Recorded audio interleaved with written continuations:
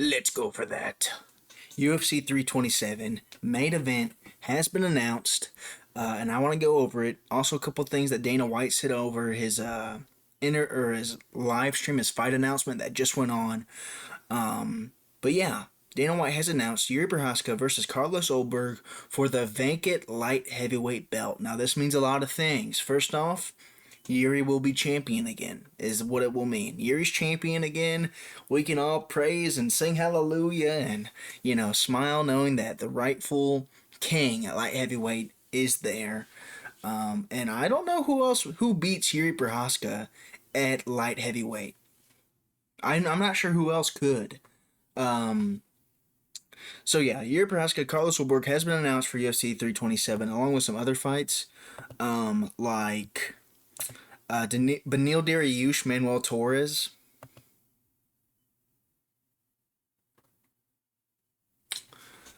Are we doing a CTE speed run for Beneil?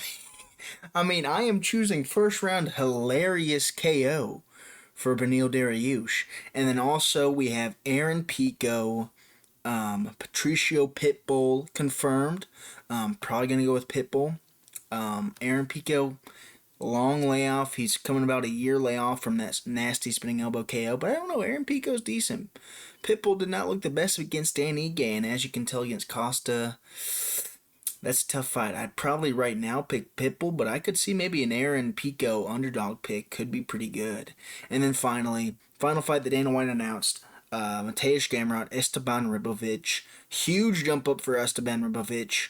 And it's against Gamrot, which Gamrot's usually the guy who will stop a lightweight contender. He did it with Ludwig Klein, stopping them from going all the way up, from hitting the rankings.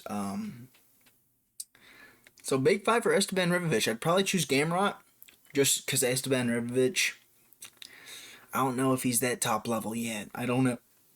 I'll have to rewatch how Gamrot would do against how he did against Ludwig Klein and stuff like that. But yeah, so first off, let's go over Yuri Prochazka, Carlos Ulberg. Vacant light heavyweight belt. So this confirms Pereira is going to be fighting for the heavyweight belt. It confirms it. Pereira may be the first triple champion in UFC history. We are in the making of history, people. That's the coolest thing about UFC and MMA in general. Because it's so young, we are in history. Like, of course you can say other sports you can be a little bit more in history, but like career defining moments, breakthrough moments of UFC history and MMA history will be made and done in our timeline just because of how young the sport is. Alex Pereira probably going to be an interim, or not interim. I don't know. We haven't heard anything from Tom Aspinall. They are going to at least make him run back the Cyril Gane fight. They're not going to reward him because you know how much Dana White loved Tom Aspinall for having him pull out that fight after round one, after getting eye poked 3 times. He doesn't like it. And I feel bad for Tom Aspinall because it's either Tom Aspinall is going to have to vacate his belt or he's going to have to miss out a fight on Alex Pereira, and it'll be Alex Pereira, Cyril Gane for the interim belt while Tom Aspinall heals. I don't know. I've heard things saying like Aspinall's leaving and that he's going to be vacated, but he also, in turn for vacating, he wants his contract done and that he may be boxing. I hope he doesn't do that because I do think he has a home at heavyweight. But if he does that and it's just Alex Pereira, Cyril Gane for the heavyweight belt, that is the easiest Alex Pereira triple champ status ever. And now there could be a lighter weight class that does it because Alex Pereira, I feel like if you did from middleweight, light heavyweight, and heavyweight, getting those belts is impressive. But in terms of skill, now if you do flyweight, bantamweight, featherweight triple champ status, or like a bantamweight, featherweight, lightweight kind of thing, that I feel like there's a lot more legendary and is a lot more impressive in my opinion. But still, Pereira making history. against Gane. I'd choose Pereira against Gane any day of the week. I think he's going to chop low, make Gane lose his base.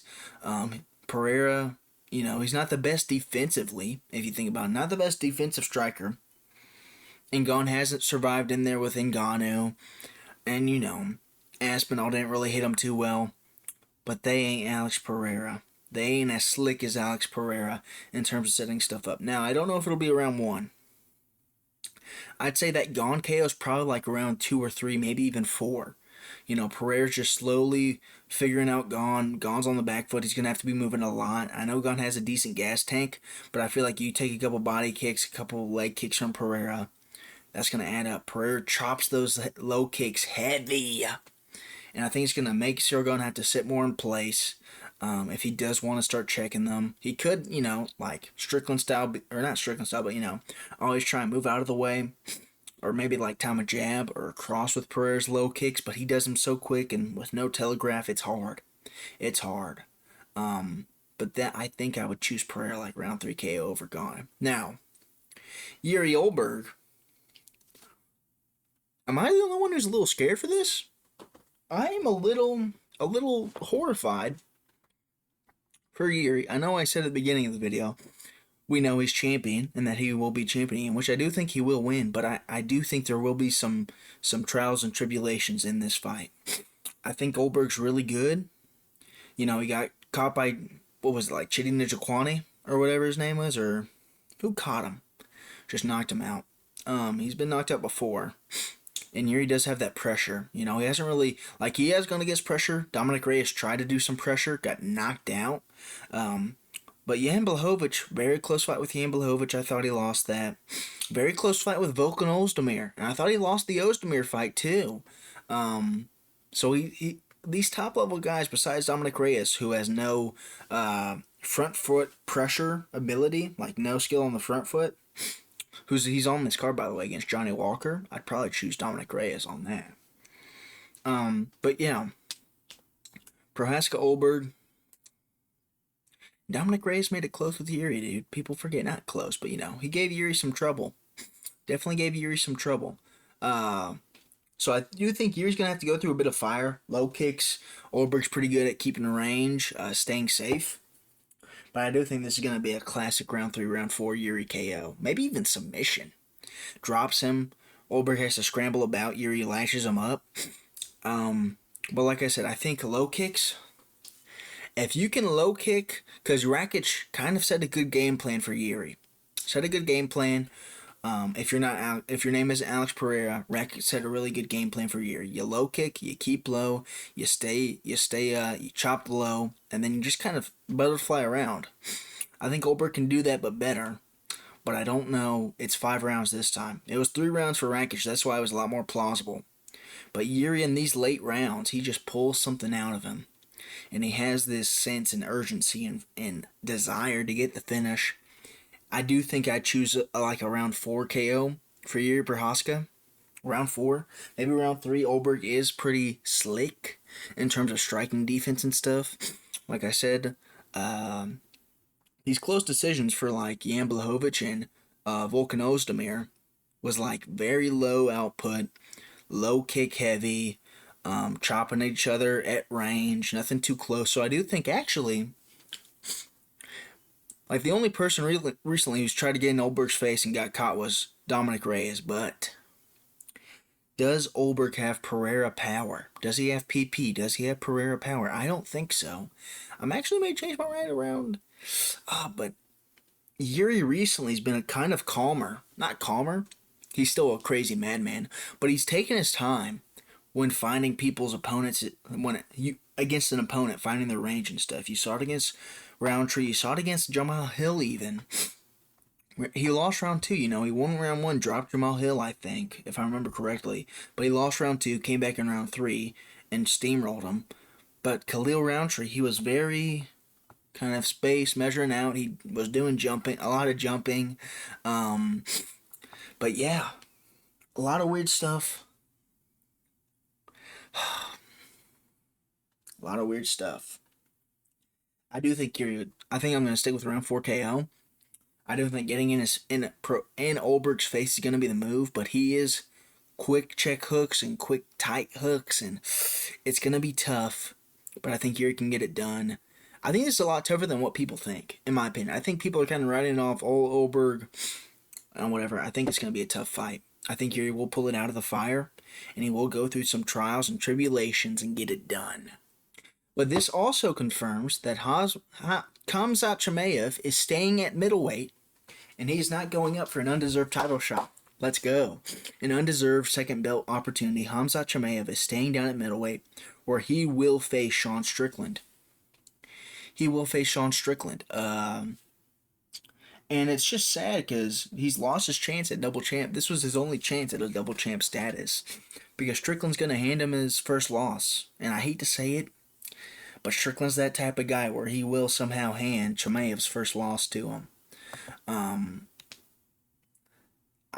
Like I said, I'm going to choose Strickland for against Chimaev. I wouldn't be surprised. What day is it? February. Oh. I wouldn't be surprised if they fight what? He fought like August last year.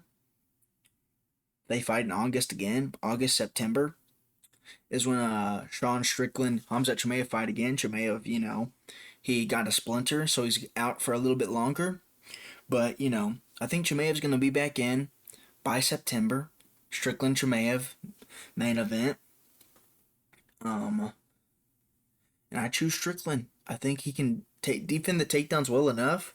And when he doesn't defend them, I think he'll do a lot better at getting up than Dricus. You saw whenever Dricus took Strickland down, he was right back up. And I know Dricus doesn't have the same top pressure and the same dominance as Chimaev, but I think I trust Strickland to get up and have more presence and have more, not presence, what would it be?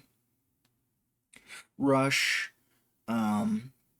urgency to get up. And I think Chimaev's not going to like. People say, dude, he disproved all the cardio things, all the cardio rumors. It's like, no, it's because he did nothing. I think Strickland's going to make him work a lot more. I think he has a lot better of a gas tank than Dricus. Dricus, he's tired and he still throws. It's kind of Dricus' thing. If you're with him and you don't subdue him like Khamzat did, where his gas didn't matter if either of them were gassed or not, because he's just laying on top of Dricus, making it where no matter how gassed or how explosive you are, I'm just going to lay on top of you and give you no chance to use that energy. Sean, though, he's going to use that energy and get him on top. He's not going to, settle. I don't think Sean's going to settle with positions like Dricus did. I think having that Dricus fight and seeing a different side of Chimaev, where he's a lot more passive and he's not as finish first in his mind, I think that's great for Strickland. That's 25 minutes of film where Strickland can go, all right, so this is how he grapples a little bit. He sparred with Chimaev, he's been tapped out by Chimaev in sparring, sure. But this is a real fight. I'd choose Strickland to beat Chimaev in September. By 4th or 5th round TKO, dude. I'm going to go with that. Maybe decision. Maybe a 3-2 decision. But either way, I think he beats Chimaev. So this one fight's confirmed 2 other fights. On top of that, we have, so Dana White made us wait all day for 1, 2, 3, 4 fights. Okay. Sick. But yeah, I think this is a decent card from the looks of it. Let's just go over it. So you have Yuri Ulberg, Van Tara, Blades Hockett.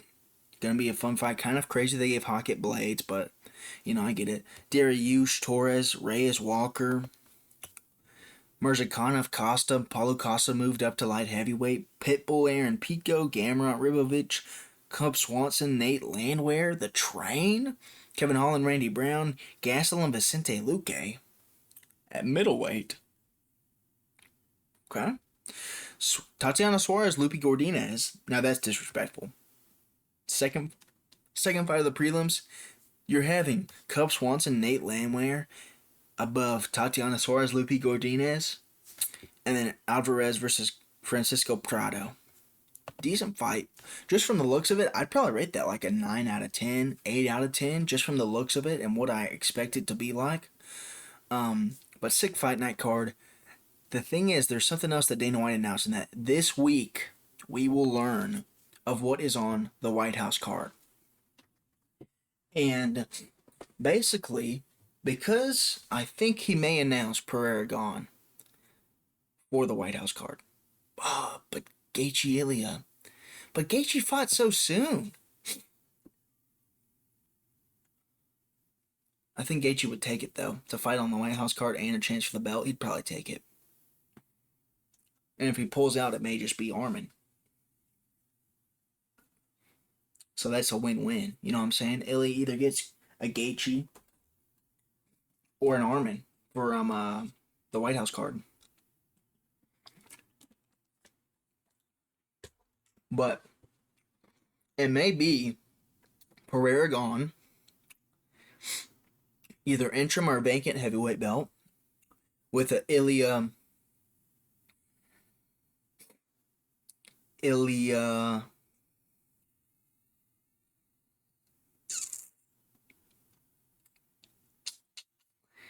Gaethje co-main in a feature fight of like McGregor. I heard it's McGregor Prochazka. I know McGregor's fighting at welterweight. He said it's a no name, but Prochazka is a pretty big name, dude. Fighting nerds, highlight reel KOs. I think that'd be a fun fight, but I don't know if it's Prochazka because McGregor said it was a no name. I think a fun fight at welterweight would have been McGregor Usman, in my opinion. I don't know about y'all. Give me your opinion, but I think McGregor Usman would have been sick, dude. One last little ride and he fights Usman. You know? Anyways, McGregor Usman as like the feature fight. Maybe you have like a Sanhagen Batista on there. Actually Batista just fought a couple weeks ago, so never mind. That would not work. Maybe like a Sanhagen something though. Sanhagen's been out for a while. Would they announce Kayla Harrison, Amanda Nunes, and put it on that White House? I could honestly see them saving Pereira gone for another card, and you just have. But you know what? It may be three title. That may be the third title fight. I only think there's going to be 3 title fights on that card. I know Dana said 7. I think it's going to be probably feature fight of the main card is technically. What did I say? McGregor Prochazka.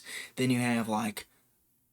Then it's like Harrison Nunes. Then you have Ilya Gaethje. Then you have Pereira gone. That could be, because that'd be a pretty big card. 3 title fights. I'm not sure who else you could put on there. They could be on there. Can't be middleweight because that's too soon for Chimaev. Welterweight Islam, Ian Gary, probably not. The thing about that is that if you want a big card, you kind of have to do. I would do a whole bunch of. You could either do a couple big title fights, which would be Gone Pereira, Ilya Gaethje, Nunes, Harrison. Those are 3 big names. So I think that'd be fine. Maybe that's why Dana said something about 7, or Trump said something about 7 champions or whatever. Oh, never mind. Maybe like he meant like former champs or whatever. I don't know. I'm locking in early predictions.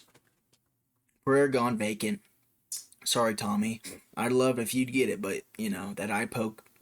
Dana White hates you for some reason. But Pereira gone. Ilya Gaethje. Maybe Ilya Armin if Gaethje pulls out. That's the best part. Nunes Harrison, McGregor Prochazka, and then one more fight for the main card. Who'd be a good like opener to the main card for the White House card? Maybe like a Chandler fight. Maybe you do like Chandler for SCM, or like a Chandler Manuel. No, it's Dariush Manuel Torres. You know, maybe like a Chandler fight. I know he won't get the McGregor fight, but he may, get a fight on the White House. I'm sure he'd love to be on the White House card. So yeah, maybe like maybe like a Chandler for SEM, or like a McGregor, or a Chandler Roofy, or like a Chandler something like that, something along those lines. Um, so yeah, that's the overview of what happened a couple minutes ago. Actually, probably like around 30 minutes ago is when Dana announced it. I am sorry my fight predictions are so late. They will be out next. I'm going to research them and do them all tonight before I have work tomorrow. Um, and make those picks, but there's only 13 fights, so I should be able to make them quick. I will have them. I think I may schedule that video to be released tomorrow morning, so it's kind of a gap in between videos. So you can watch this one, and then tomorrow morning you can, yeah, yeah, probably like at 8 or 9 tomorrow is when it'll drop. My predictions. I'll have it scheduled for then. But anyways, don't be funny. Make some money. Buy the numbers. Like I said, I'm gonna post my UFC Mexico Moreno Kavanaugh predictions in a couple hours. I just gotta make them first. Sorry, I've been lazy. Bye.